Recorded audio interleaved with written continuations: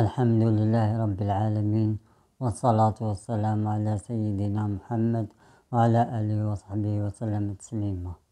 موضوعنا اليوم مع قصة سيدنا إسحاق عليه السلام وسيرته.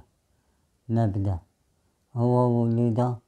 هو ولد سيدنا إبراهيم من زوجته سارة، وقد كانت البشارة بمولده من الملائكة لإبراهيم وسارة لما مروا بهم مجتازين ذاهبين إلى مدائن قوم لوط ليدمروها عليهم لكفرهم وفجورهم.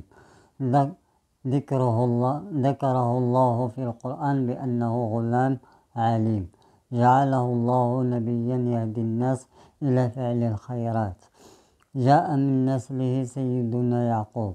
سيرته: ذكر الله تعالى عبد إسحاق بالصفات الحميدة، وجعله نبيا ورسولا، وبرأه من كل ما نسبه إليه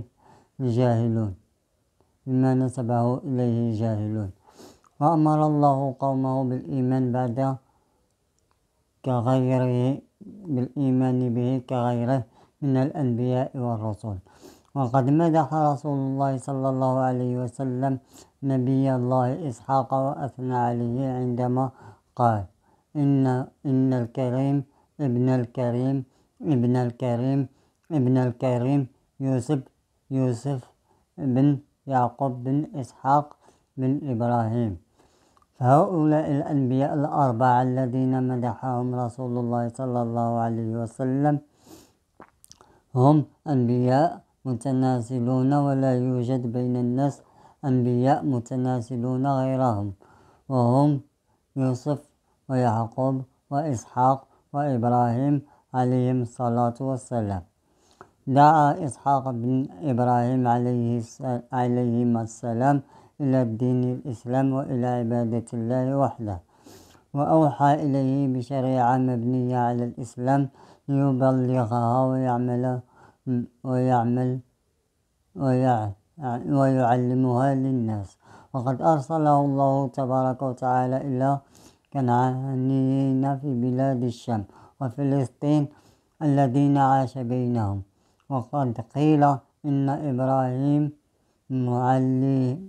معليه السلام أوصى ابنه إسحاق ألا يتزوج إلا امرأة من أهل أبيه، فتزوج إسحاق رفقة بنت ابن عمه، وكانت عاقرة لا تنجب، فدعا الله لها فحملت فولدت غلامين توأمين، أحدهما اسمه العيس والثاني يعقوب، وهو نبي الله إسرائيل.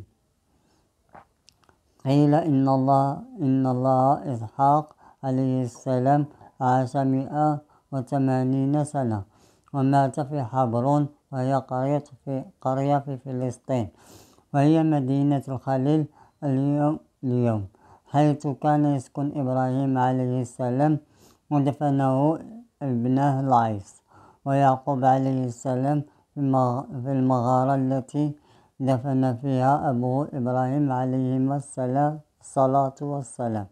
وصلى الله على سيدنا محمد وعلى آله وصحبه وسلم تسليما كثيرا.